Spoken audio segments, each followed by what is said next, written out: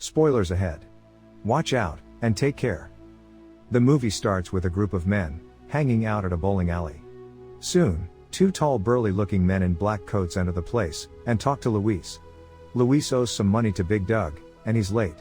Tommy Wicker is one of the men who have come to collect the payment, but Luis' men attack him, and are easily beaten by Tommy. Tommy and his partner get to Luis, and put his face on the bowling ball machine. As Luis begs for forgiveness, Tommy threatens him. He lets a bowling ball break Luis's nose, and gives him another warning, saying he's letting him go easy. Next we see Tommy and his partner at a doctor's clinic for a physical. Tommy goes in, and we get our mandatory shirtless shot as the guy looks in the mirror, and says he's still got it good. Of course he does. Tommy then goes to see his boss, and they catch up on the payments he's collected from various people. Big Doug asks him about his wife and brother. We find out that Tommy's brother got in some trouble with Big Doug, and Tommy is working to pay off his debt. His boss tells him to deliver a mysterious package to a crime lord, called the German, and he says that he will clear his brother's debt after this job. Tommy agrees, and asks Big Doug what's in the package, but his boss tells him that he's being paid not to ask. Tommy takes the package and leaves, greeting Luis on his way out, who was listening to their conversation.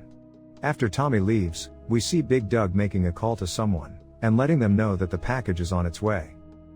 That someone turns out to be the German himself. He gets out of his car, and walks into a restaurant where he's meeting up with Nicholas, another crime lord. Nicholas is mad about some silver that the German intercepted, and they have a tense back and forth. We also see that Nicholas has a couple of gunmen waiting to attack in the kitchen. Nicholas and the German call for a truce, and Nicholas offers to talk to the chef to get some lunch. But the German wasn't born yesterday. He sets down his sunglasses, and grabs a knife from a table. Just as four gunmen enter the dining hall, he flips over a table and kills one of them. Using the guy's body as a shield, he miraculously survives 3 machine guns being emptied 4 feet away, without getting hit, and uses his victim's gun to kill the 3 men. He then climbs into a vent to get to the kitchen, and attacks the remaining men, killing them all. He tracks down Nicholas hiding in the back kitchen, and stabs him with his knife. He watches his enemy die, while sipping some alcohol, and is thoughtful enough to clean his weapon, and leaves it to dry. We then shift to Tommy, who is visiting his brother Eddie in the prison. He informs him about clearing his debt with Big Doug, and Eddie tells him that this is not Tommy's cross to bear. When Tommy says that Eddie would have done the same for him, Eddie says that he probably wouldn't have cared. We get to know that Eddie does care for his brother, but he isn't too keen on Tommy doing the job for Big Doug, because if it goes south, he's locked up with Big Doug's friends, and he would have to pay. The two of them part ways, and Tommy returns home to his wife to see the table is set, and the wife walking around in a towel. After some sexy time, Darla asks him what he would do if a miracle happened. She also asks him if he thought about becoming a bouncer somewhere else, but he says it won't pay as much. And there is also the question of Eddie's debt, that Tommy wants to cover. Darla nods in understanding, and they seem very much in love, but we find out that Tommy doesn't say I love you to his wife, because in his defense, she already knows how he feels about her. Okay, moving on. The next morning, Tommy and his partner are on their way to deliver the package. Julio is curious about what could be so important in such a tiny package, and Tommy says he doesn't want to know. Julio's curiosity gets the better of him, and takes a peek. We see him frown, and he's about to say something, when he is shot. Tommy loses control of the vehicle, and it turns over, and crashes. Tommy is able to escape into a nearby shop, as a group of mercenaries attack him. There is some gun action, and Tommy is able to fight most of them off, and escape as one of the guys outside starts shooting at the store. The leader of the group is Devin, and he tells his surviving team that the guy they were told to attack was supposed to be a goon, a mere bouncer. But he turned out to be more skilled than they were told. They circle back to the gas station, from where Tommy had grabbed someone's bike and ran. Devin kills the owner after he watches the tape, and then calls his employer. This turns out to be Anthony, another crime lord who is involved in the gang war against the German. He berates Devin for messing up, and warns him about the importance of the package. As we follow Anthony, we find out that Luis has brought him info about the package, and how it is worth enough to pay Tommy's brother's debt. Anthony, who wears a Burberry scarf and yellow tie, looks as harmful as your university professor, and wants to get his hands on the package, so that he can negotiate a deal with the German. He asks Carl to share Tommy's picture everywhere, so that they can get to him, before he takes the package to the German. In the next scene, we see the German standing in his kitchen, preparing a smoothie. He talks about the benefits of each fruit he adds to the jug, and the camera pans to a bleeding man sitting in front of him. The German wants information on who sent the guy to his house. He seems calm and cool, with the occasional cough, as he talks further about mackerel on buttered toast, and how the guy will never be able to walk again. When he doesn't yield, the German threatens to kill his family, as he finds the address in his wallet. The dying man gives up Anthony's name, and is promptly shot. In the next scene, Carl, one of Anthony's men, informs him that the German has sent them video footage of him killing the men sent by them to kill him at his house. Anthony is pissed off, and gives a villainous monologue, because why not? We then finally get to Tommy, who is in a public bathroom, cleaning his wounds, and getting a change of clothes. Afterwards, he calls Big Doug, and says that he wants out. Something doesn't feel good to him about the whole deal. His boss tells him that he can send someone else, but in turn, he will have his pay, and he will not be able to survive and cover Eddie's debt at the same time. Helpless, Tommy agrees to continue with the mission, and then calls Darla. They have a sweet exchange, before Tommy hangs up on her, and hitches a ride to Vancouver.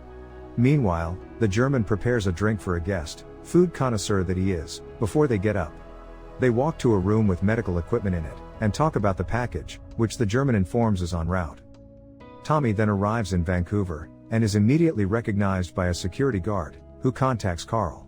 Carl then calls Devin, and tells him to get to the location.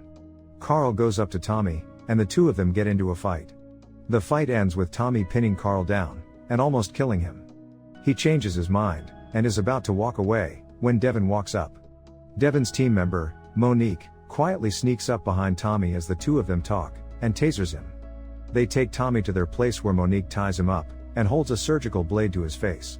Anthony arrives, and stops them, saying that the German would only negotiate if he's able to see Tommy alive. Anthony leans close to Tommy, asking him what's so special about him, before Tommy kills him with a single headbutt. Devin decides that they negotiate directly with the German. This, however, does not go according to plan, as Tommy is able to escape his binds, after an extremely lame attempt by Monique at a dangerous torture scene. He takes down Devin as well, and is about to leave, when one of Devin's men knocks him unconscious. Tommy wakes up tied to a bed, as a doctor and the German stand around him. They talk about their past, and how the German had betrayed Tommy. The German says that he deserved it. Tommy asks what was in the package, and the German responds that the wallet contained some football tickets. Tommy is confused when he tells him that Tommy was the package. Big Doug sold him to the German. He lets the doctor explain how Tommy and the German share an extremely rare blood type, the HH blood type, which the German wants so that he can replace his diseased blood with Tommy's clean one. Since it's extremely hard to find a donor, the German had asked around the local crime lords. This is why Big Doug was making his men have physicals earlier in the movie. The German leaves the doctor to his work, but Tommy tricks the doctor. He lies that he has a condition which will make his blood lethal to the German. As the doctor leans close to listen to Tommy, he takes a bloody bite out of the doctor's neck. He breaks his bonds, and fights off the guards who start to fire at him. Tommy makes his way out, as the German intercepts him, and the two of them battle it out. After a long fight, Tommy shoots the German, finally killing him. He then gets in a car, and drives back home. The first thing he does is see Big Doug. Tommy grabs the shotgun from under the table, and settles across from his boss. Big Doug tells him that it was simply a business deal, and he had no choice. If he hadn't handed him over, the German would have hurt Doug's entire family. Tommy is understandably pissed, but understands. Big Doug offers they go back to how things were, or they part ways, with Eddie's debt clear. Tommy wishes Big Doug Godspeed, and leaves.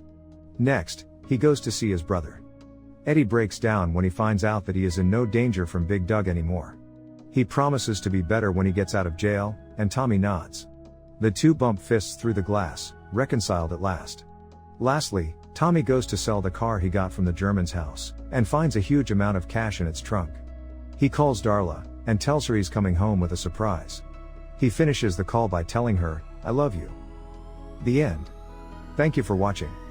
Subscribe if you'd like to see more videos like this. Turn on the notifications, and leave a like to help the channel out.